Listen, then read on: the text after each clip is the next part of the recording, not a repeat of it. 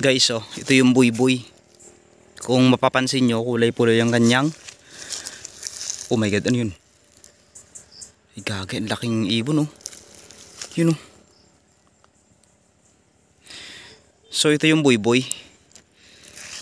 Madalas kapag pupunta kayo sa gubat, makikita nyo ito. Yung mga bulaklak niya ay napakaganda. So ito, oh, meron pa dito. Grabe, no?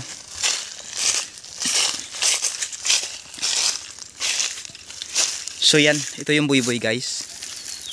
Yan, oh. 'Di ba? Napakaganda ng kanyang bulaklak. So kuha tayo ng konti lang. Sabi ng iilan, ayon nga sa kwento, pag pumunta ka daw sa isang gubat, tapos may kakaibang amoy kang maaamoy na dito sa gubat at wala naman, posible daw na mayroong sigbin. Pero naniniwala ka ba sa sigbin?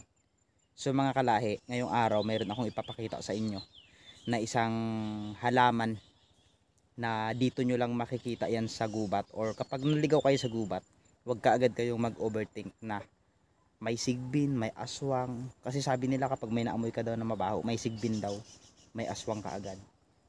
Minsan nga kumakain kami,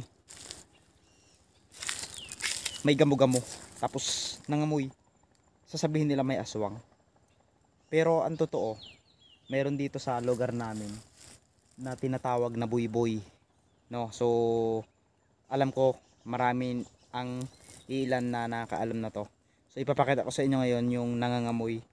Bakit pansin nyo pag nasa gubat kayo may kakaibang amoy? So posibleng ito yun. So yan mga kalahi, napakalaking kahoy itong buyboy na to. Tapos sa baba niya makikita nga natin dito yung malaking bato. Syempre kapag naligaw kayo sa gubat na ganito, may bato dito, malalaking bato. Syempre mapapaisip kayo, no? Siguro may sigbin dito sa lugar na to. Siguro may aswang. So guys, hindi ko naman sinasabi na huwag kayong maniwala sa aswang, no? So Pilipino tayo, alam niyo yan, talagang may aswang. So ito yung bulaklak na isa sa mabaho dito sa atin. Pero alam nyo ba na ang bulaklak na yan ay pwedeng kainin? Oo, pwedeng kainin. Kapag lumaki na ang bulaklak na to, is lumalaki na parang pasamalaki siya, kulay pula, pwede mo yung kainin. Yun sabi, ha. Pero hindi pa natin na-try. Ayon lang naman sa sa nakita natin, napanood, kinakain naman talaga. Yun ang sabi nila. So yan, no. So ayan mga kalahi, meron din tayo ditong nakitang bunga ng buyboy. Ayan, medyo matagal na. Kumbaga itong bunga na ito is unang bunga niya pa, bago pa sumibol yung mga bulaklak ng buyboy na ito, mayroon ng bungang natira. So pwede pala. Yan, no. So dito tayo. Yan, ito yung bunga ng buyboy. Na alam nyo ba, kinakain din to. Oo, sa amin kinakain to. Ito yung bunga ng buyboy. Ang ginagawa namin dito, yung iba iniihaw nila, kasi nga masarap daw ihawin. Sa amin naman, pinupukpok lang namin sa bato ito. Pinupukpok lang sa bato. Tapos pwede na namin kainin. 'Di ba? Ito yung buyboy. So try natin siyang pukpukin. Okay?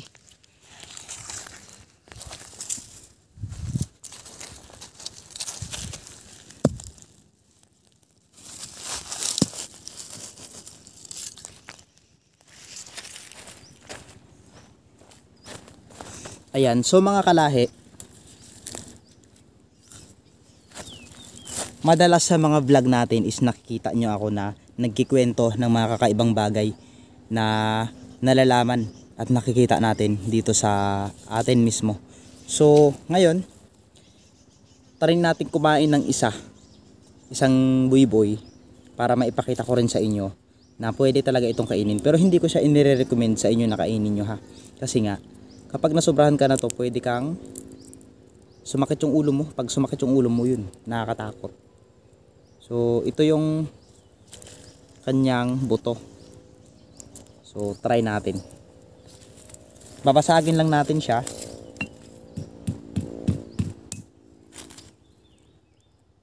So yan.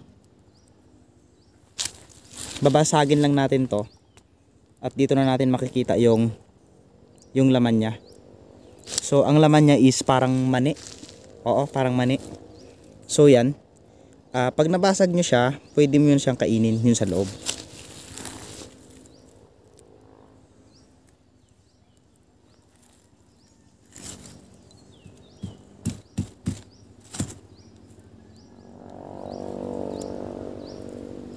Bale, kunti lang yung kakainin natin kasi baka mahilo tayo. Amoy niya parang mani.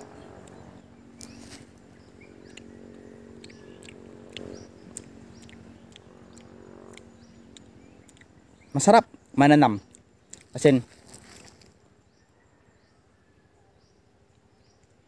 parang mani yung lasa niya na medyo maalat.